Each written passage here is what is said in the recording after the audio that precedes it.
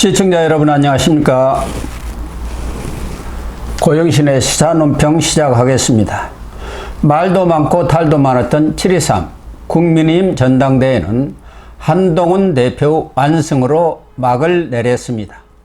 한 대표는 용산의 지원을 받은 친윤의 거센 공격에도 불구하고 32만 702표, 62.84%라는 압도적 승리를 거뒀습니다. 원희룡 18.85%, 나경원 14.58%, 윤상현 3.73%, 세 사람 득표를 다 합쳐도 37.16%에 불과합니다. 당심과 민심이 윤심을 막아낸 것입니다. 한동훈 대표는 지난 4월 총선 패배의 책임을 지고 비상대책위원장에서 물러난 뒤 103일 만에 당대표로 당당히 복귀했습니다. 최고위원 선거에서는 장동혁, 김재원, 인요한, 김민전 후보가 각각 당선이 됐습니다. 45세 미만 청년 최고위원회는 친한계인 진정호 후보가 선출되었습니다.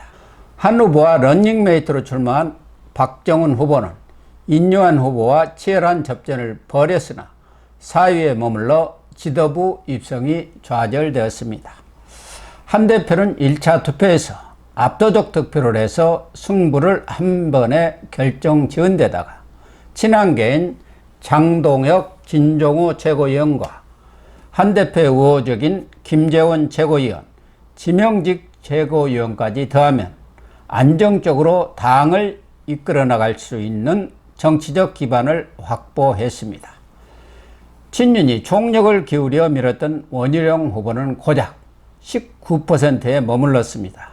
사실상 윤석열 대통령의 영향력, 친윤의 영향력은 미미한 수준에 불과하다는 것이 확인되었습니다.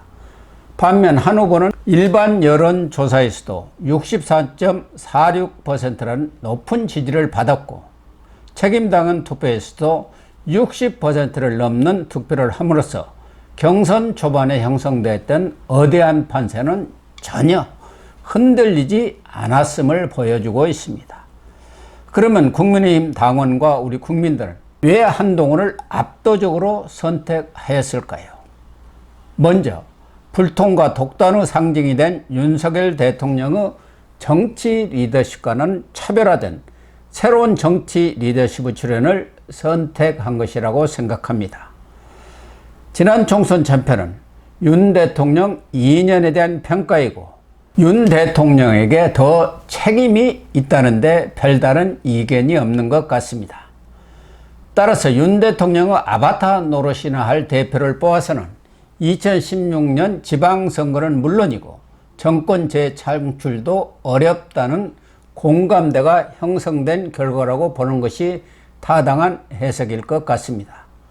분열된 보수를 일으켜 세울 사람, 당정 관계에서도 대통령 지시나 집행하는 허수아비 대표가 아니라 용산의 민심을 제대로 전달하고 할 말을 하는 대표를 선택한 것입니다.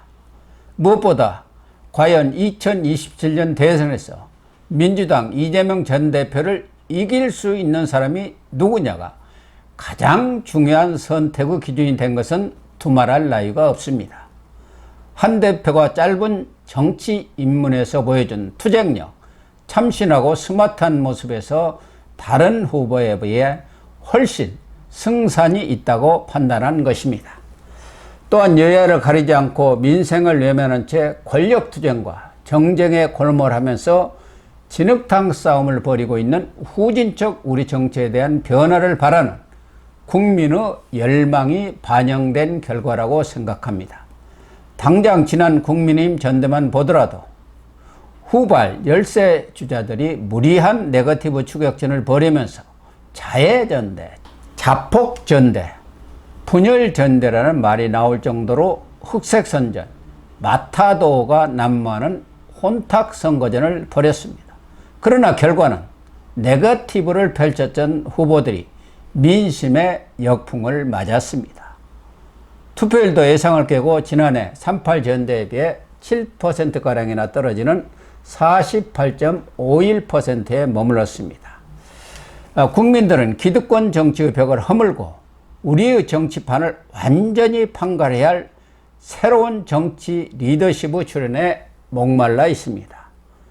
정치판에 혜성같이 등장한 73년생 한동훈 대표가 바로 기득권에 찌든 국민의힘을 쇄신하고 나아가 우리 정치를 고품격 K정치 시대로 이끌 수 있는 인물로 본 것입니다. 한동훈 대표 선출은 삼류, 사류 정치가 아닌 선진 정치를 바라는 시대 정신의 반영이라고 봐도 무방할 것 같습니다. 한동훈 대표가 수락연설에서 변화와 미래를 강조하고 나선 것도 바로 민심의 기대를 반영한 것이라고 생각합니다. 한 대표는 우리는 이제 미래로 간다, 변화를 시작한다고 선언했습니다. 당과 국민이 선택한 변화를 위해 세 가지를 약속했습니다. 민심을 이기려는 정치가 아닌 민심과 국민의 눈높이에 적극 반응하는 정치. 둘째, 민생과 경제를 살리는 유능한 정치. 셋째, 중도 수도권 청년 축으로 외연을 확장해서 기울어진 운동장이 되어버린 정치 지형을 바꾸겠다고 다짐했습니다. 그러면서 웰빙정당이라는 오명을 가진 당 체제를 완전히 바꾸고 경선 과정에서 있었던 균열과 상처를 메우고 치유하는데도 정성을 기울이겠다는 각오도 밝혔습니다. 다 옳은 방향 설정입니다. 국민의힘이 국민의 신뢰를 회복하기 위해서는 말의 성찬이 아니라 반드시 실천해야 할 과제들입니다. 무엇보다 한 대표가 당면한 최대 과제는 그동안 여러 차례 파열음을 내온 윤석열 대통령과의 갈등을 해소하고 원만한 당정 관계를 재정립하는 일이 아닌가 합니다. 극심한 여대 야소 상황에서 당정이 혼연일체가 되어도 거야를 상대하기 버겁습니다. 그런데 당정이 갈등을 빚으면서 엇박자를 내거나 이탈 현상이 발생한다면 공멸을 초래할 것은 불을 보듯 뻔합니다. 이런 점을 윤 대통령이나 한 대표가 누구보다도 잘 알 것입니다. 윤 대통령과 한 대표는 순망치안의 관계입니다. 윤 대통령이 성공해야 한 대표도 정치적 꿈에 다가갈 수 있는 것은 삼척동자도 알만한 일입니다. 윤 대통령도 집권당의 도움이 없이는 국정 운영이 불가능하다는 것을 총선 참패 이후 절감하고 있을 것입니다. 그래서 윤 대통령이 한 대표의 당선이 확실시되는 전당대회장에 직접 참석해서 축사를 한 것 아니겠습니까? 윤 대통령은 축사에서 당과 정부는 한 배를 탄 공동운명체라고 하면서 당과 저는 지금까지도 하나였고 앞으로도 하나일 것이라고 강조했습니다. 1호 당원으로서 국민이 공감하는 민생정당으로 거듭날 수 있도록 뒷받침하겠다고 약속했습니다. 신임 한동훈 체제에 대한 화해 제스처이자 지지 약속이나 다름이 없습니다. 한 대표도 수락연설에서 한미동맹 복원 등 윤 대통령의 업적을 열거하면서 윤석열 정부는 유능한 정부라는 자부심을 갖자 윤 정부 업적은 역사에 기록될 것이라고 화답했습니다. 대표 당선 직후 윤 대통령과 바로 통화를 해서 덕담도 나누고 오늘 저녁에는 저희 방송에서도 제안했던 것처럼 윤 대통령과 한 대표, 최고위원 당선자 그리고 낙선자가 만찬을 갖는다고 합니다. 당선 축하와 낙선 위로 자리이지만 경선서에 있었던 앙금을 풀고 화합과 단합을 도모하자는 데 방점이 있다고 생각합니다. 하루아침에 앙금이 풀리지는 않겠지만 윤 대통령이 솔선해서 앞장선 것은 정말 잘한 결정입니다. 이제 한동훈 체제의 당정 관계는 용산 출장소라는 수직적 당정 관계의 틀을 깨고 한 대표가 천명한 대로 건강하고 생산적인 당정 관계로 일대 변화의 전기를 맞았습니다. 또 다른 과제는 거야의 공세에 어떻게 한 대표가 대처해 나가느냐입니다. 전국은 다시 한동훈 대 이재명 구도로 되돌아갔습니다.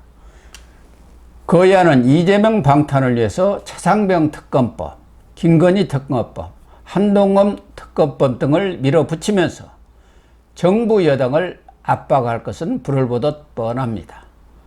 한 대표가 이들 공세에 어떻게 대처하느냐에 따라서 국민들의 지지가 판가름 날 것입니다.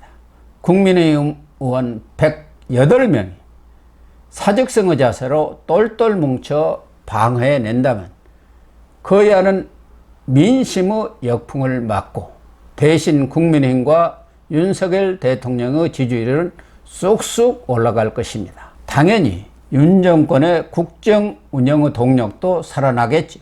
시청자 여러분, 막 출범한 한동훈 후보가 미래, 희망, 변화의 기대를 싣고 거친 항해에 나섰습니다.